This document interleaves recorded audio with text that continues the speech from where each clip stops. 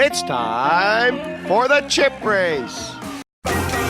For strategy this week, I want to take a look at a hand played between Dara and I at the recent MPN Prague. To help us analyse the spot from both players' perspectives, we are joined by our good pal, Daiva Byrne. Daiva, welcome. Hi guys, thanks for having me. To the hand in question, under the gun open to 700 at big blind 300, playing 38k Dara flats aces under the gun +1, and playing 41k I flat 4-5 suited under the gun +2. Action all the way around to the button who calls, and the big blind also calls. So 5 ways to the flop with the pot of 39.50. Before we get to the flop though, Dara, you flat your monster there in a spot where a lot of players will 3-bet. Why did you do that? Obviously, my hand would like to 3-bet, but I have so few hands that can 3-bet for value here, probably just aces and kings, that if I'm going to start 3-betting those hands and then I have to start balancing it with some bluffs, it's just really impossible to put together any sort of range that isn't almost face up and doesn't have very good board coverage. So I just flat my entire range, which basically also protects my weaker flats and allows me to have super strong hands, protects me from getting squeezed behind. If I start 3-betting all my strong hands and then flatting my weaker hands, anytime I flat, obviously I'm vulnerable to being squeezed. Fair enough. Yeah, in this spot, when I see the 4-5 suited right behind you, I must admit I am putting you on a relatively strong range. I know you wouldn't flat garbage in that spot, but like you said, it's a wider range than just the premiums. The under the gun opener, from my perspective, was quite tight, so I felt protected by him to call again, because obviously an under the gun tight player opening is going to make it less likely that someone goes for the squeeze behind, and actually more likely that we end up in a multi-way pot where 4-5 suited is kind of a sexy hand. Daiva, do you think I've kind of gone a little bit too wide with 4-5 suited? Obviously people might make the argument I just made with 7-8 suited, 8-9 suited, that kind of thing. Yeah, I would be tempted to call those hands in later position, but considering you were UTG2, I thought it was pretty loose call. Sometimes I would look to 3-bet, but yeah, I think you just wanted to crush Dara's premium hand, right? That's one of the reasons you called, right? Talking honestly. Definitely not.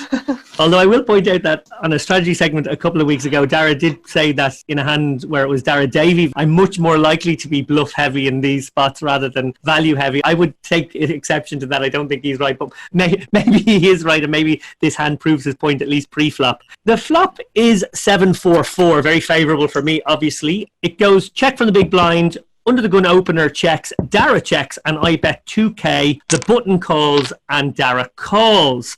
Now, obviously, I've hit a very favourable flop, but I'm not necessarily winning the hand right now. 4-5 is obviously one of the weaker fours I could have. The button could be certainly stronger. And Dara, you could have 7-7, I guess, in your range, but more likely I'm targeting hands in your range that are now like 8s and above, where I have a good chance of getting maybe this street and one more. When you made that flat call at this point in the hand, how nervous are you navigating this hand, having not taken the betting lead on the flop? Yeah, obviously I have a very strong hand, but I don't have a hand which is definitely the best hand. So it didn't feel like a slam dunk bet for value. And similarly, it didn't feel like a great spot to bet to deny equity. 5-6 might be out there, or a flush draw. But apart from that, every other hand that I'm ahead of, I'm miles ahead of. So it's mostly a mile ahead, mile behind type of spot. So that sort of, in my mind, reduced the impetus for betting. But even when you bet and button calls, I'm still not feeling amazing about my hand, because both of you have some 4x in your range. You both obviously have pocket 7s as well. So while I think my hand is obviously strong enough to call, there's no way I'm ever folding. I wasn't 100% clear in my mind that I had the best hand. And I think another interesting thing to think about is that by checking, you're also inducing some bluffs. There are some hands that possibly, fall to your bet, but now decide to lead out thinking that we're ahead. And for some protection, I guess, I pocket 8s, 9s, and 6s, we are betting the flop. So by checking, you possibly get some value from a hands that would check behind or fold. Yeah, that makes an awful lot of sense. I think out of position, it's tricky for Dara. He's probably got to call this street and then assess the action out of position with other people having the betting lead on the turn. Maybe if it's a complete brick, he has to lose another street to hands that are better than him. But again, Dara's pretty good at kind of sizing up the ranges of his opposition. So, perhaps he can get away cheaper than he should. Yeah. Okay, so 3 ways to the turn. Flop reads 7-4-4, and bing, bing, bing, bing, bing for me, another 4. So it goes check again, Dara. Obviously, you're checking, I think, your entire range in that spot. I've made quads now, and very much my mind turns to okay. Money. My mind turns to how do I best extract value. You're probably my most likely customer, Dara, because you probably have the stronger of the 2 ranges here. Our villain on the button could definitely have a draw, and now he's going to pretty much give up. He could also have a 7, and that doesn't look too nice in the face of another bet anymore, because you and I can have overpairs for sure. So I'm sort of targeting getting a couple more streets from you, hoping that you have the top end of your range, maybe aces or kings. I bet out 6.5k. Button does quickly fold, and you take a few seconds, as you're want to do, and make the call. How are you sizing up my range at this point? Because I've essentially narrowed my range incredibly tightly too. Yeah, I did think that you wouldn't go again with your draws, because obviously your draws have gone way down in value on this board. And I also thought your weaker over pairs and your 7x probably wouldn't necessarily want to bet again either into 2 people. So I felt that your range was pretty strong. And I do know it's possible for you to have a 4, obviously, and there's nothing to stop you from having pocket 7s. I agree with you that the buttons range is probably the weakest in this spot, because I think he'll hang on the flop with draws, 7x, and hands like 8s or 9s, and they pretty much all have to give up now. So you have to worry most about me. That said, I am kind of somewhat capped here in that, like, I probably don't have too much 4x in my range. Maybe the occasional ace-4 suited, but maybe not either. And there's only one combination of that left now. So yeah, I wasn't feeling great about the hand even still, but still ahead of like kings, queens, jacks, those types of hands. So I can certainly call. Yeah, it's an interesting spot for me. If I do have kings or queens here, do I go for a check call or do I go for value? I think definitely with the lower part, the 9s, 10s, jacks, I certainly go for maybe a check call or even a check fold, depending on the action. Daiva, in this spot for you, if you have kings or queens in my seat, which line do you like the best? Yeah, it's an interesting spot. I was just about to ask you the same. I think versus Dara, probably checking behind,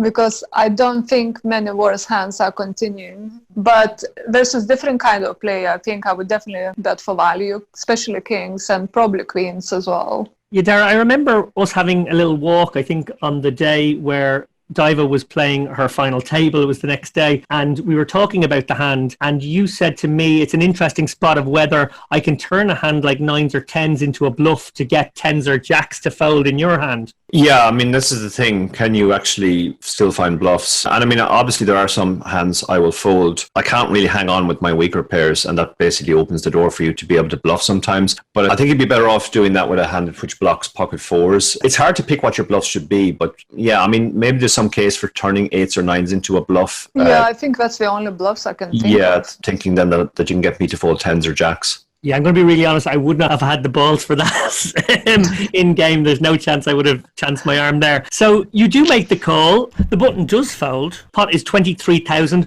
I've pretty much narrowed you to a range of queens plus here, Dara. It is possible, of course, that you have pocket 7s as well. But I think queens, kings and aces also make a lot of sense. River comes a very sort of on the face of it interesting, but actually maybe not in reality that interesting 7. I don't think either one of us can have a 7x hand apart from pocket 7s. So the 7 comes down and you decide to lead at me, which I thought was very interesting, not keeping with game flow, but actually you had a really good reason for that. Before I ask you for your reasoning, Dara, what do you think of this lead out, Daiva? My initial instinct when Dara told me about the hand, just because it's you, I would have checked, because I thought I'm inducing some worse hands to bluff, like pocket 9s, 10s, or jacks. And I definitely thought you're going to bet hands like queens and kings for value anyway. So I thought by checking, giving you a rope to put some more chips into the pot.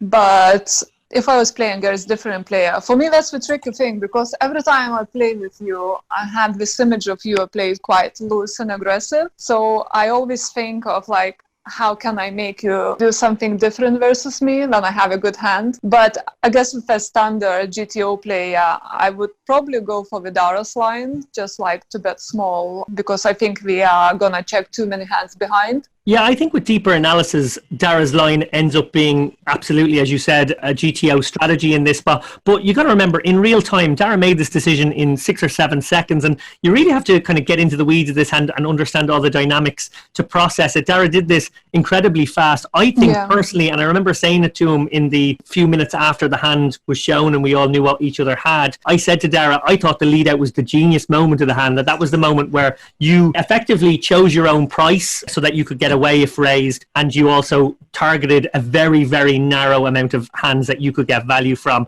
that may have checked behind. Dara? Yeah, I mean, not to big up myself too much. Obviously, the main reason why I decided to lead here wasn't to give myself the chance to get away. I thought, well, most of your range now are hands like kings, queens, and jacks, and I think they'll check behind. So I actually lose value against those hands by allowing them to check behind. I didn't give David that much credit checking behind kings.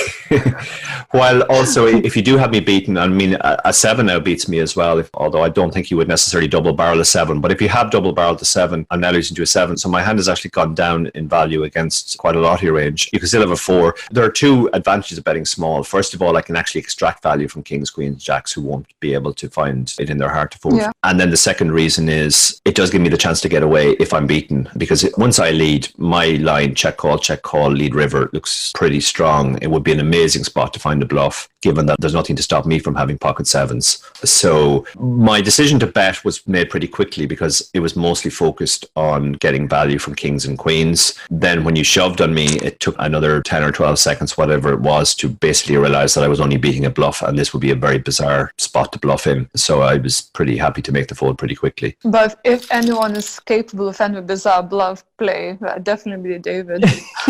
Yeah, myself and Daiva spoke about this hand immediately at the time, and Daiva said she would call the river because David. David. But having talked it over more, I think what it is maybe David plays differently against me and Daiva, in the sense that I don't feel he tries too many crazy high wire bluffs against me, which might be a condemnation of how stationary I am against him. But I didn't feel that David would almost ever bluff in this spot. And I mean, if he does, good luck to him. He gets me in this spot, but he looks really stupid when I have pocket 7s or a 4. To step away from this specific hand and look at that general question that Dara has asked me there, I actually think I do a reasonably good job in the live arena of selling myself as someone who's playing very loose and splashy. Dara knows my online game inside out, so he knows my fundamentals are there and I don't deviate massively from them. So I think I've done in the past quite a good salesman job of appearing looser than I am, and maybe just because we don't crunch quite so many hands together, Daiva, maybe you haven't seen that. I'm maybe not as maniacal as you think. Okay, so basically you're telling me you're not going to bluff me in the future. Never. I wouldn't dare. Yeah. I wouldn't dare. I think Dara Davy would have had a similar belief until recently as well. Playing with my mind, I'm tricky. Well, to complete this hand, in the end, I did obviously shove, as I have to do. I have the second nuts, effectively. Dara can have pocket 7s. It's going to be a particularly gross moment if he rolls that over. But I am very much targeting aces that will find a cry call in this spot, which is absolutely possible. Dara also maybe in some world could have a 7 in his hand, although I don't think there's any 7s that get to the river, to be honest. But, on the off chance that something happened there where there's been a glitch in the matrix and Dara's made a bad call, I have to go for it. I feel like if there's one combo beating you, you have to stick it in there and take your medicine if that's the hand that he has. At some level, you don't like to knock your friend out. We were having good chats. We were also told we were about to go on the feature table, Dara. So at some level, I was kind of rooting for you to make a good decision, but also another part of me wanted those chips. So I don't know. I felt somewhat splintered. I think the river's an interesting spot because I think a lot of players were genuinely stunned by the fold. But David had said to me afterwards that once he had thought it through, he actually thought it was a pretty straightforward fold. And that was certainly my feeling in game. Even though I have a really strong hand, I'm only beating a bluff and I couldn't find too many bluffs for David. Yeah, one interesting caveat to this hand is Dara had the ace of diamonds in his hand and the 4 of diamonds was the card that I had in my hand. So I can't have the ace 4 of diamonds, which does reduce the number of 4x combos. To what extent did that factor in, Dara? To be honest, I didn't think about it at all in the game because ace 4 of diamonds is one very specific combination, but I also know that you're loose enough to have 5-4 suited, maybe 6-4 suited, maybe even 4-3 suited. So you have so many suited 4s that being able to remove one combination wasn't particularly significant. The one final question I'd like to ask on this hand is a sort of a hypothetical on the whole thing as well. Had you checked the river, Dara, I would have had to choose a bet sizing for the river. And I think I probably am supposed to just go for it and go for a really big bet and just like wreck your head with like aces and kings. Yeah. But I think in game because I'd be afraid you'd sniff that out, and I'd want to give you the most compelling price possible. Hopefully narrow my range to make you think I could be being very silly going for excruciatingly thin value with even something like Queens. I think I probably would have gone for a bet sizing around 10k, so not that different from the bet you made. That's a fair point. I'd probably just lose very slightly more in that case. Yeah, I don't think I'm folding to that sizing, given that you can be going for thin value. And I think you're going to have more bluffs when I check rather than when I bet myself. So you might turn something into a bluff that I'm also ahead of. Had I gone for the shove, do you think you would have found the fold? 100%, yeah. Yeah. I think it's a really gross spot. And in fact, when we went this to Snowy folded 100% of the time, but thought that the call was only losing 0.01 of a big blind. So literally couldn't be closer than that. So I put myself in a horrendous spot where if you're bluffing more than you're supposed to, I'm making a bad fold. And if you're bluffing less than you're supposed to and I call, I'm making a really bad call. So it would have been a horrible spot to face, but I'm pretty sure I would have folded as well. Nice disciplined play by Dara. Goat. Indeed it was. Well, Daiva Byrne, thank you so much. Your strategy contributions always benefit this show, and we're very grateful for them. And Dara O'Kearney, not just well analysed, but well analysed in real time on the day. Thanks for having. My pleasure. Thank you.